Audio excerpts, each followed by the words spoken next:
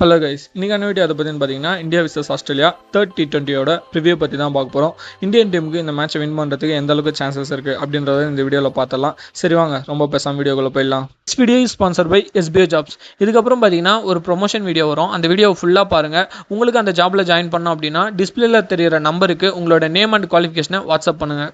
Skip பண்ணாதீங்க. பெரிய தப்பு. தினம் 300 ரூபாய் சம்பாதிக்க அரிய வாய்ப்பு. இன்ஸ்டாகிராம், Facebook பயன்படுத்த தெரிந்தால் போதும். Content post and content publishing மூலமா தினம் 300 ரூபாய் சம்பாதிக்கலாம். இந்த வேலை செய்ய 5 நிமிடம் போதும். Work training support, group communication support, all language customer live chat support, முக்கியமா சொந்தமா ஒரு பிசினஸ் ஸ்டார்ட் பண்ற அளவுக்கு உங்களால கற்றுக்கொள்ளவும் முடியும், சம்பாதிக்கவும் முடியும். இந்த வேலை வாய்ப்பு வழங்குவது 5 வருடத்திற்கு மேல ரன் ஆகிட்டு இருக்க நம்ம தமிழ்நாட்டு company school of business organization private limited. மேலும் விவரங்களுக்கு டிஸ்கிரிப்ஷன்ல கொடுத்திருக்க நம்பருக்கு வாட்ஸ்அப் பண்ணுங்க. இந்தியன் டீம் பார்த்தீங்கன்னா ஆல்ரெடி பார்த்தீங்கன்னா ஓடிஐ சீரிஸை வந்து 2-1 அப்படின்னு தோத்துட்டாங்க. இப்போ வந்து T20 சீரிஸும் பார்த்தீங்கன்னா ஃபர்ஸ்ட் மேட்ச் நோ ரிசல்ட்டில் போயிடுச்சு.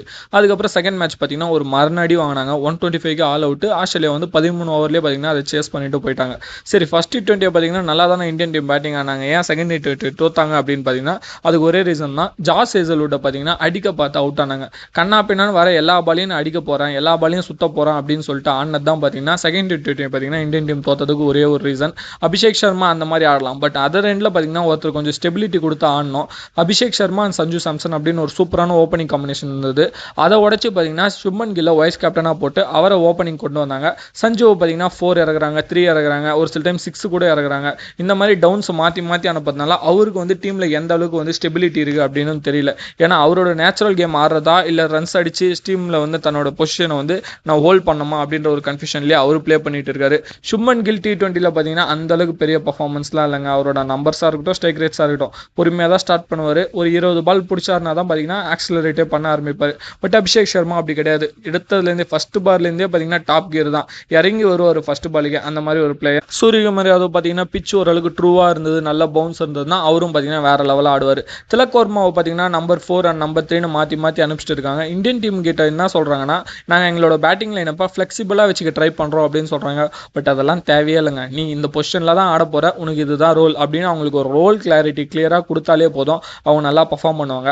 ஆஸ்திரேலியன் டீமை நம்ம எப்போவுமே பார்த்துருக்கோம், அவங்க பார்த்தீங்கன்னா 3 மெயின் ஃபாஸ்ட் பவுலர்ஸோட போகிறாங்க. பட் இந்தியன் டீம் அப்படி போகிறதே கிடையாது. பும்ரா பார்த்தீங்கன்னா அவர் தான் leading fast bowler. Ashith Rana பார்த்தீங்கன்னா பேட்டிங் ஆடுவார், பவுலிங்கும் போடுவார். பட் அஷித் ராணா பார்த்தீங்கன்னா அவரோட பேட்டிங்காகலாம் அவர் எடுக்கலங்க. அவர் கிட்டத்தட்ட ஒரு ஓடி இன்னிங்ஸ் தான் ஆட போகிறாரு.